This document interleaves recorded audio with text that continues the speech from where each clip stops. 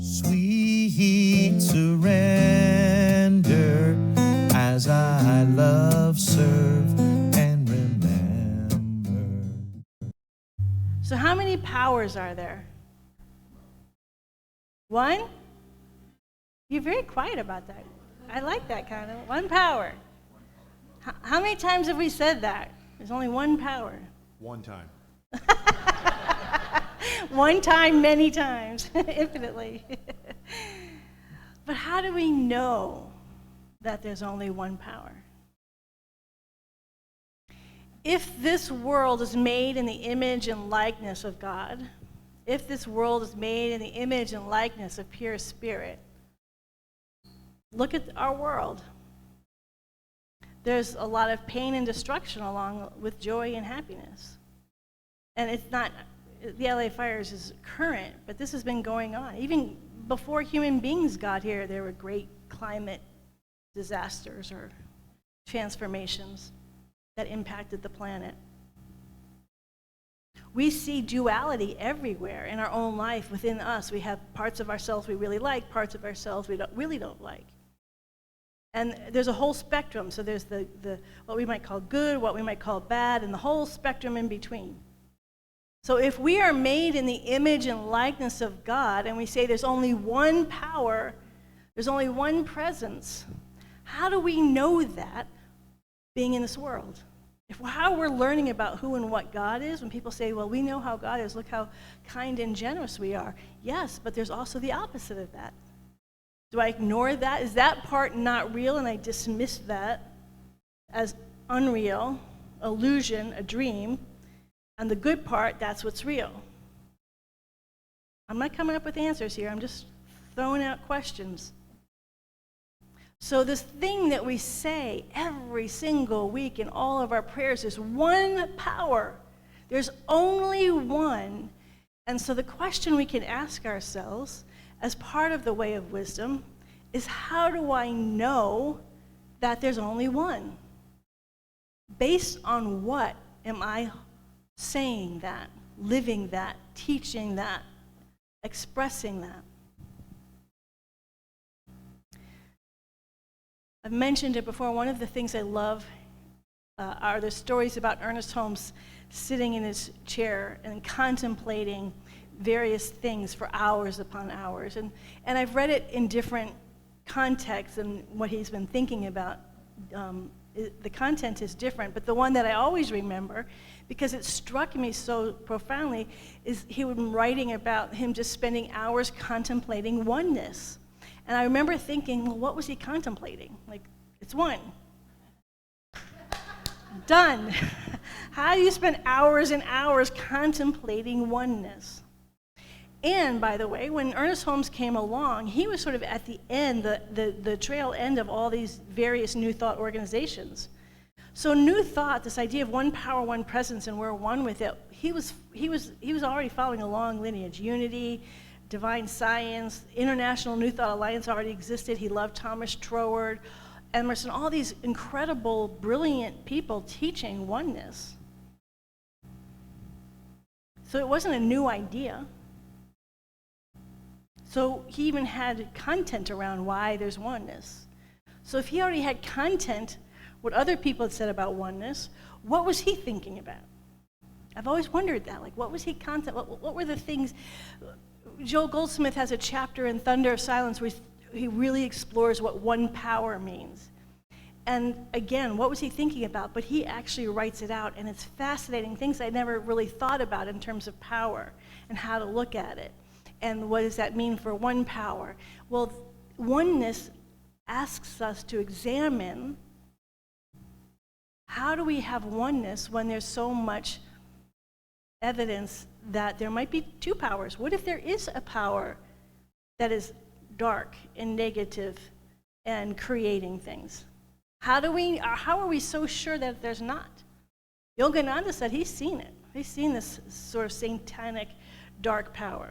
So I have to work things. When you hear stuff like that, you're like, it's good though. So this is the part of wisdom that we want to embrace, the way of wisdom. This month, we are doing, well, the whole year we're doing the life divine. And this month we're talking about the life divine in 4 generalities. Heart, last week we did heart, the way of love. And today's the way of wisdom. And wisdom isn't just in the brain, wisdom is in the whole body. A concept is just in the brain. A concept is that which is neck up.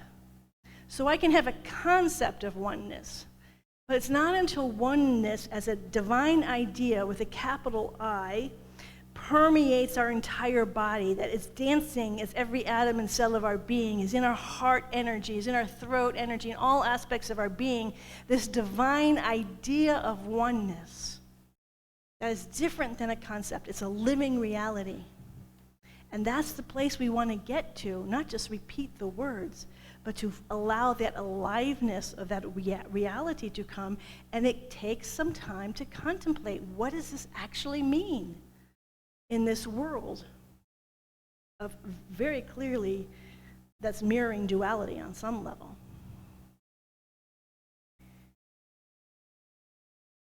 I saw a movie yesterday that maybe some of you saw a while ago. I just saw it yesterday. It was Conclave.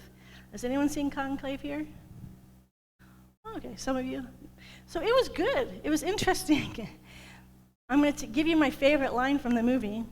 I hope you don't mind. It doesn't give anything away.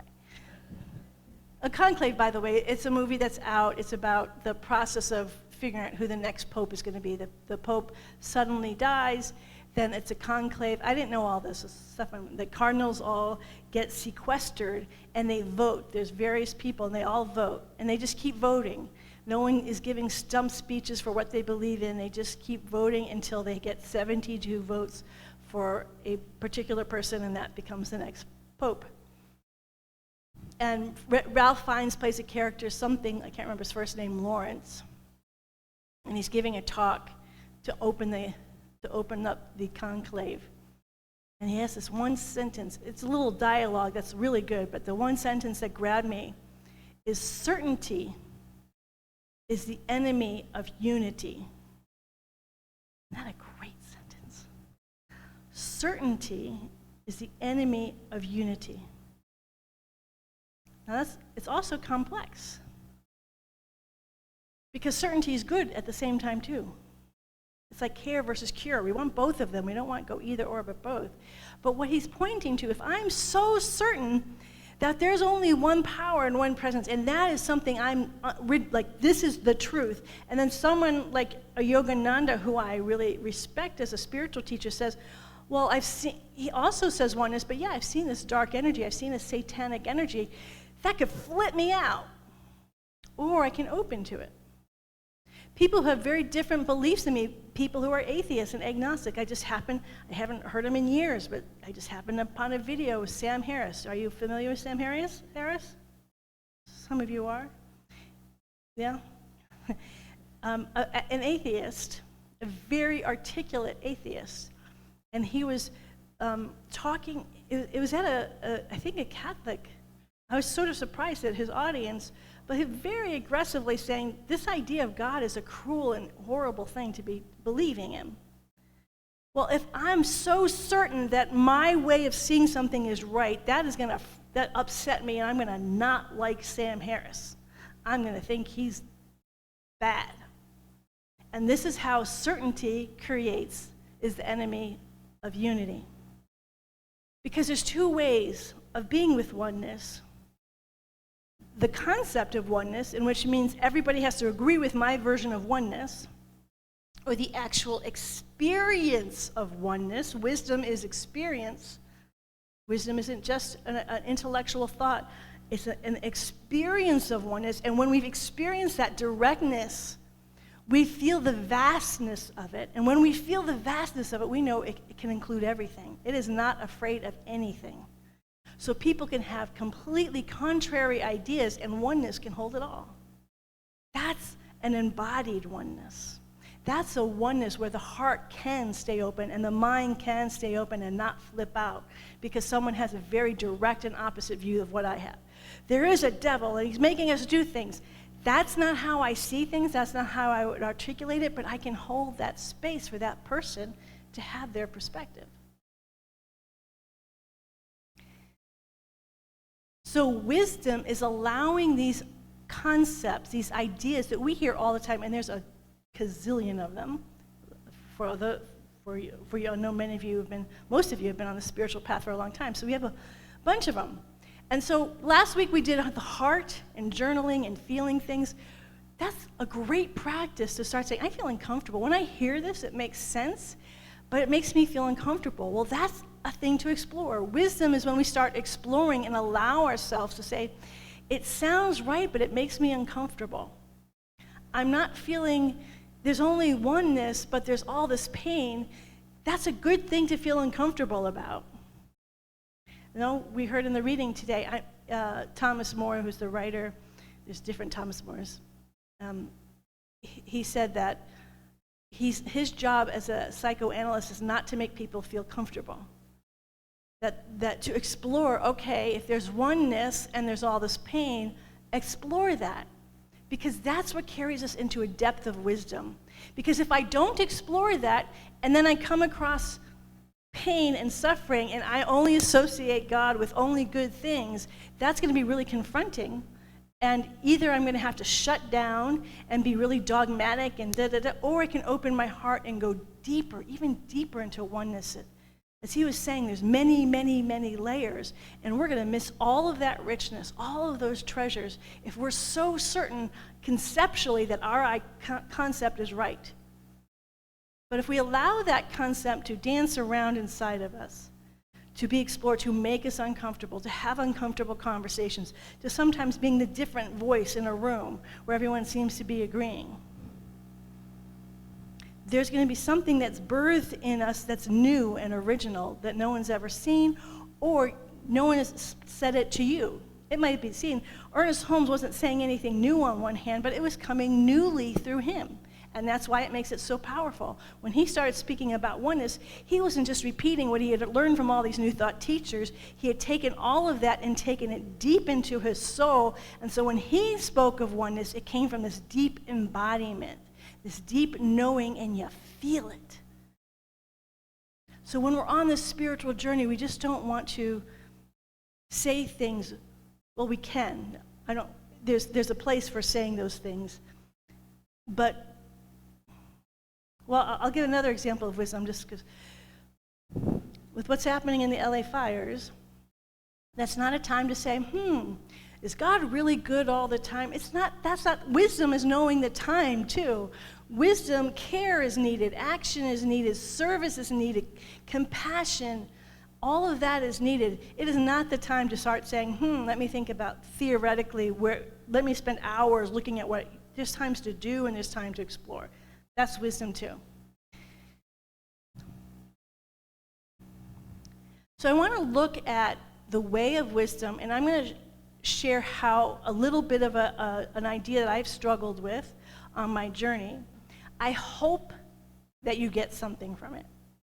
But even if this particular struggle that I've been through on my own, it doesn't really necessarily relate to anything you have, what I hope it is an example of the willingness to allow an idea to make you uncomfortable so you get to a place that you're at peace.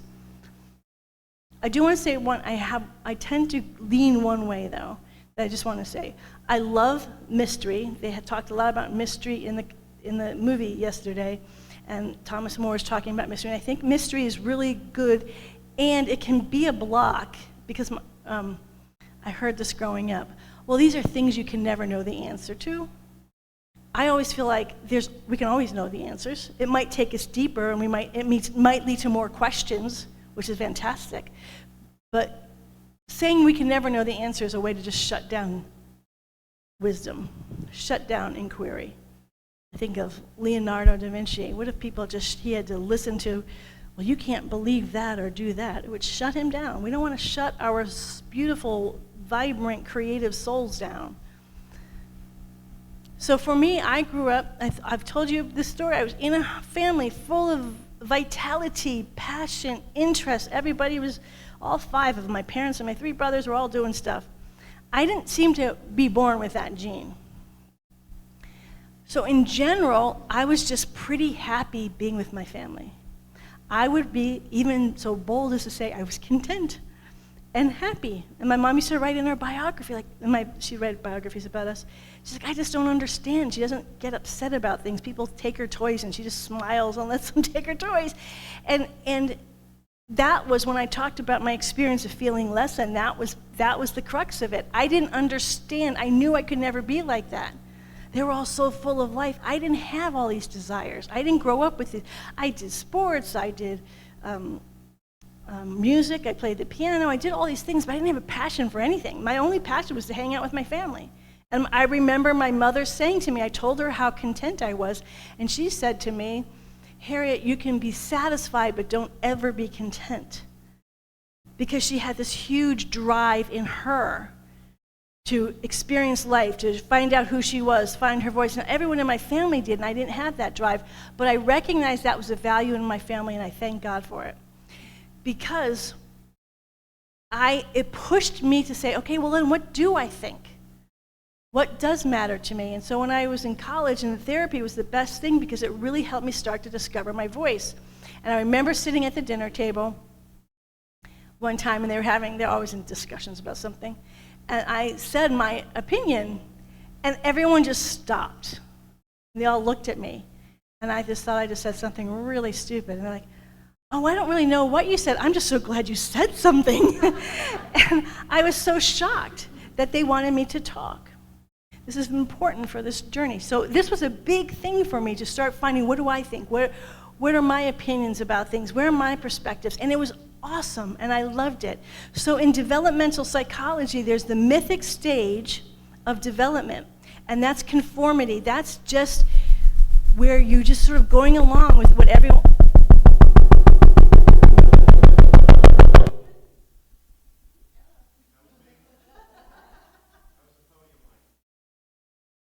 So should I go back on? Okay.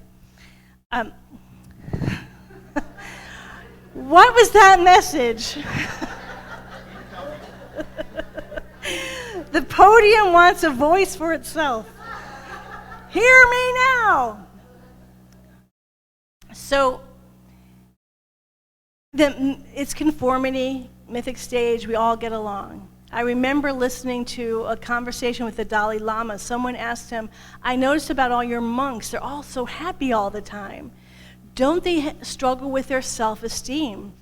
And he said, no, they have no trouble with their self-esteem because they don't have they don't do the self thing that Westerners do. And really, they're still at the mythic stage. Their spirituality is very conformist.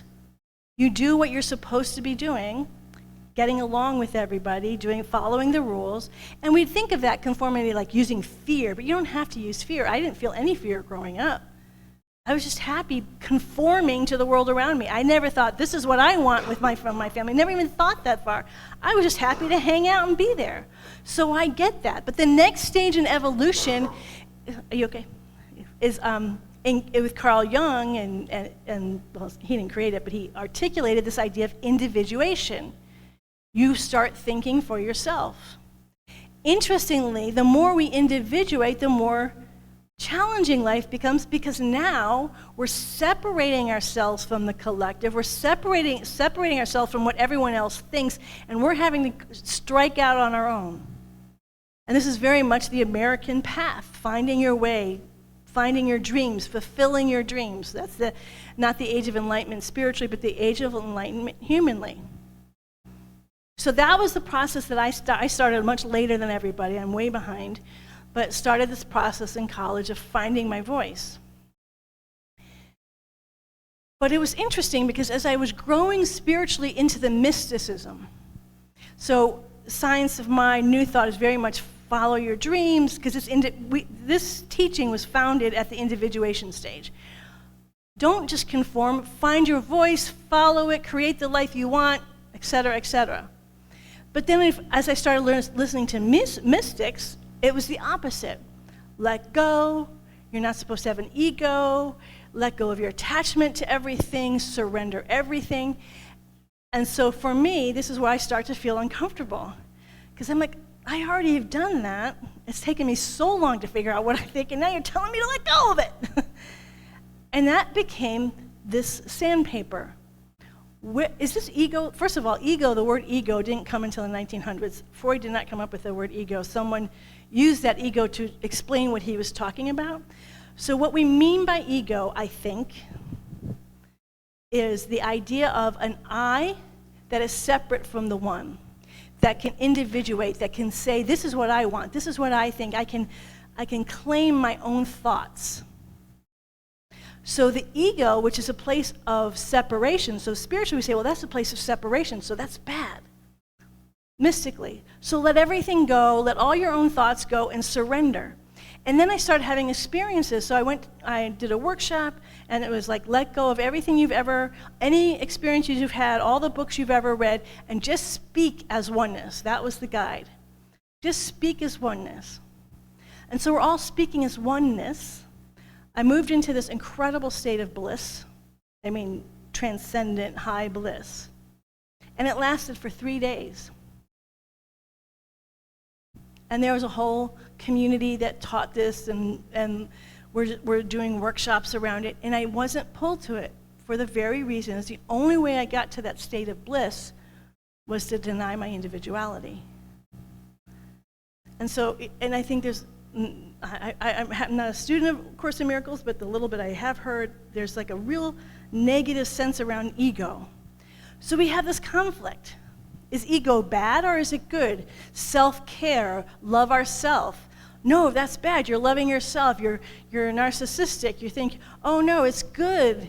It helps develop your own individual self. So this is the sandpaper that's been going on in my mind. Does anyone else have this? Is this like only me that gets like, what the heck do I do with this self? Even when I come up and give a talk.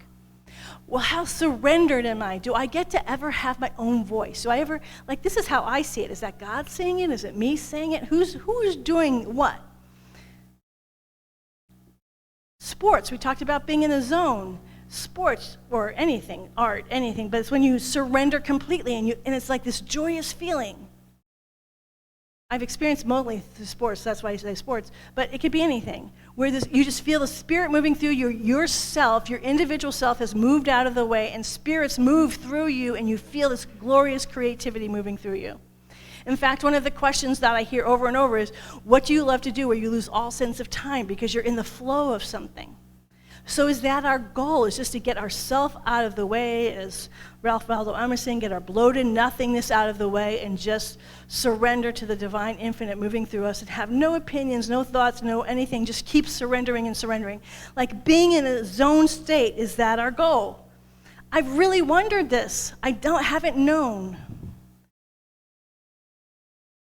But then I had this vision about learning Integral, and the thing that I've learned from Integral, and then Yogananda, I just read it twice this past week in Yogananda, and I loved it. Because he says it a little bit differently. He doesn't say, let your ego die, or let go, just all this bad stuff about the ego, or this world is illusion, because it's temporary, therefore it's all illusion and a dream, and the only thing that matters is the eternal. He says, your individual soul merges with the one. It doesn't dissolve into nothingness, it merges. I read two things that he said, and it was so articulate. And then for those of you who have read chapter 43 of Autobiography of a Yogi, it talks about that individual soul going into these higher states of consciousness, but it maintains its individuality. It just grows into the subtle, into the causal, into the non-dual everything, fully orbed as an individual and yet fully one with everything.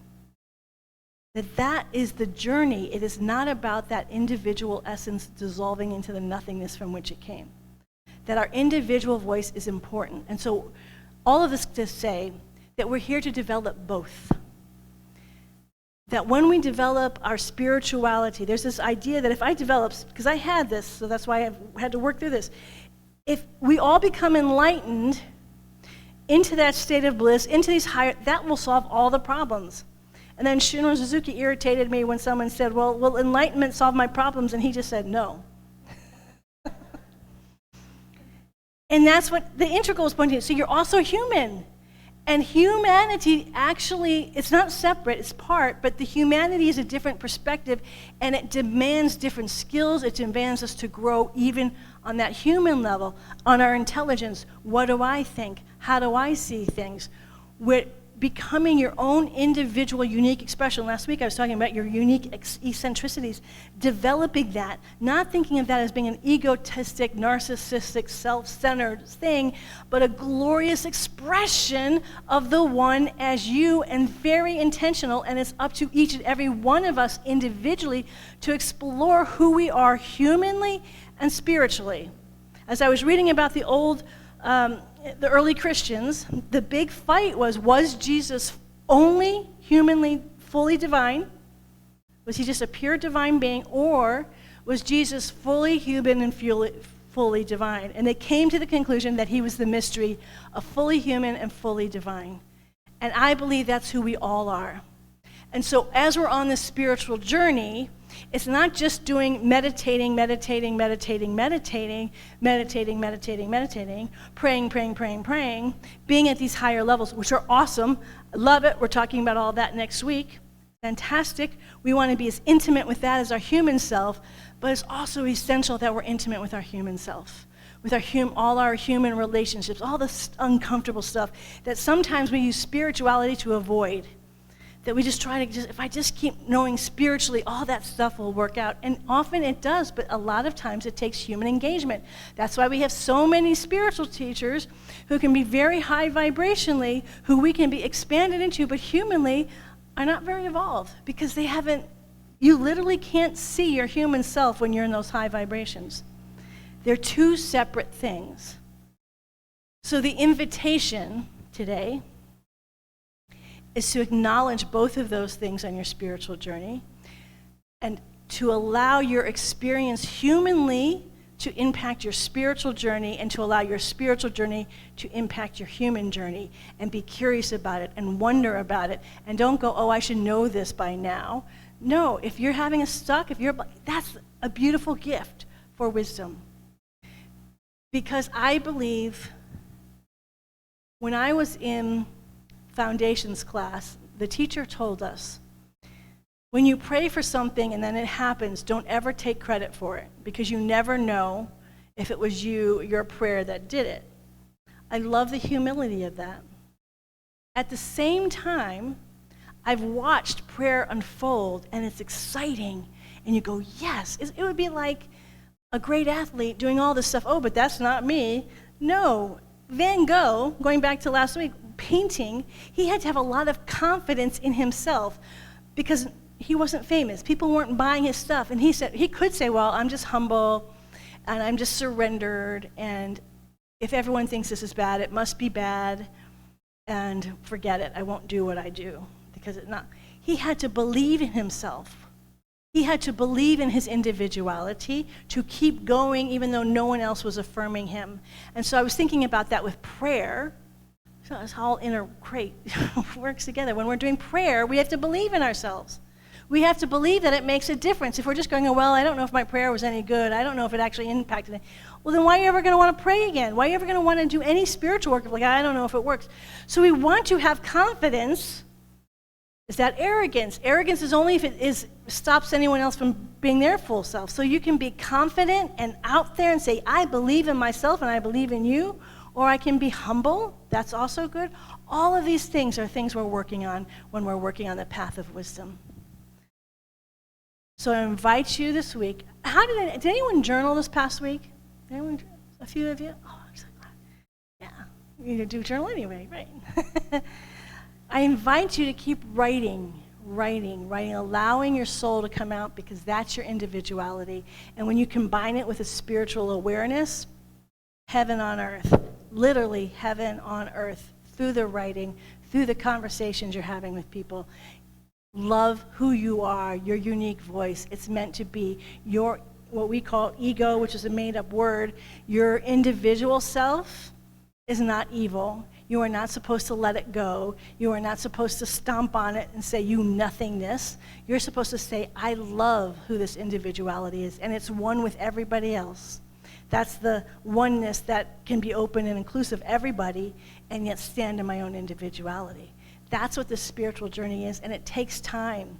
And we're going to talk about the time because we're going to go through 4 practices and how do you have time for all of this.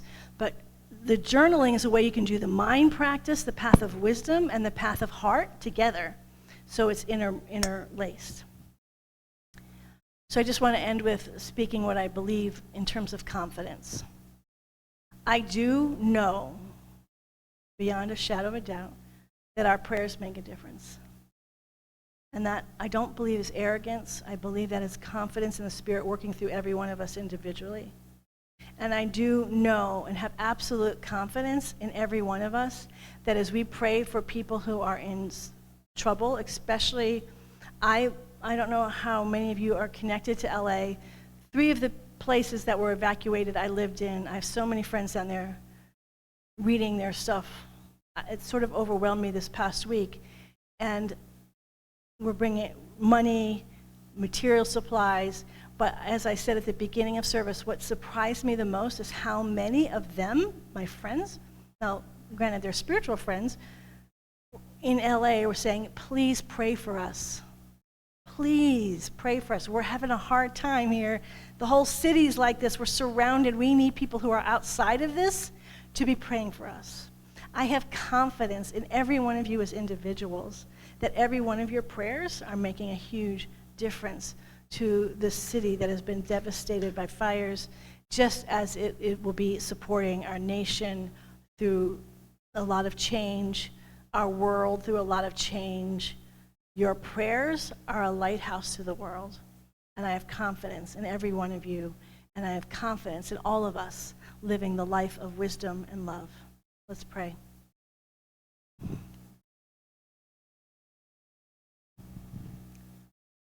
And I think in prayer, I would like to today do a little bit of a visualization since there were people requesting it in LA, just to visualize. So let's go into this presence that we spend time with every day. So we know here in this room and online that this isn't just a concept, that this is a living reality that infuses our entire being, every atom and cell of our being, all our emotional life, our physical life, our mental life, is this one power and this one presence. We live it. We allow its living, dynamic, vital energy to open us on every level and dimension of our being. There is only one that is vast and infinite, that includes all time and space and is beyond all time and space, that is in, through, and as all creation and yet never absorbed by that creation ever, that is always free, that is always light, that is always joy, that is always love, and it is alive and awake in, through, and as all form. And so I invite all of us together in this oneness to hold in our heart this beautiful city of angels. There's expected wind for the next 3 days until Wednesday. And so the invitation is to see the winds dying down, all the resources needed to have the fires dissolve into the nothingness, back into ashes.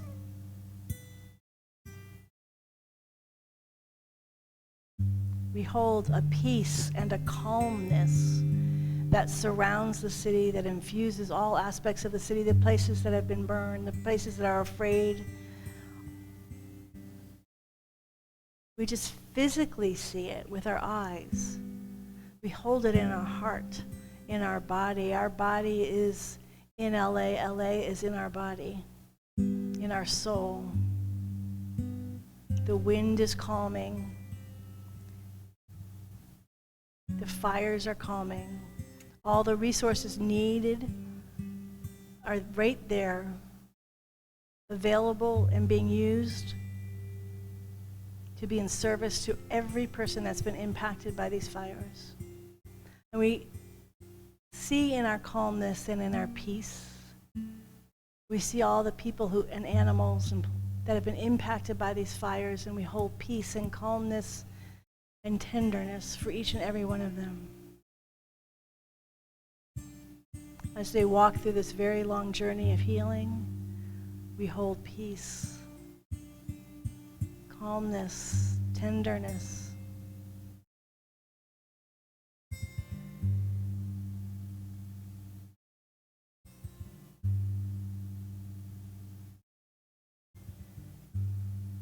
The breath of God breathing peacefully through the city of Los Angeles.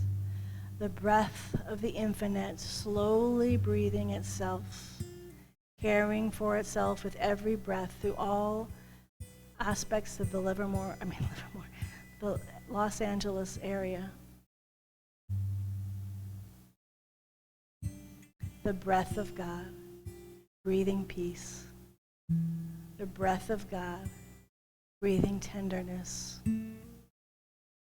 The breath of God breathing abundance of resources. The breath of God breathing abundance of resources. The breath of God breathing abundance of resources. The breath of God breathing healing. The breath of God breathing healing. The breath of God breathing wholeness. The breath of God breathing wholeness. The breath of God breathing love.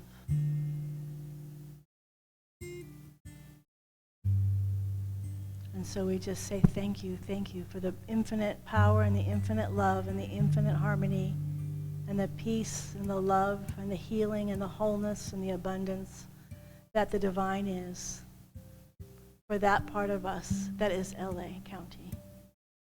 And so much gratitude for this collective holding and knowing that there's been even a modicum of healing because of what we've done. Or an infinite healing, whatever it looks like. It truly is done because we have said yes. And so in deep abiding gratitude for the divine as all of us, all of LA, we let it be now. And I invite us all to say together, and so it is. Amen and amen. I walk in God in all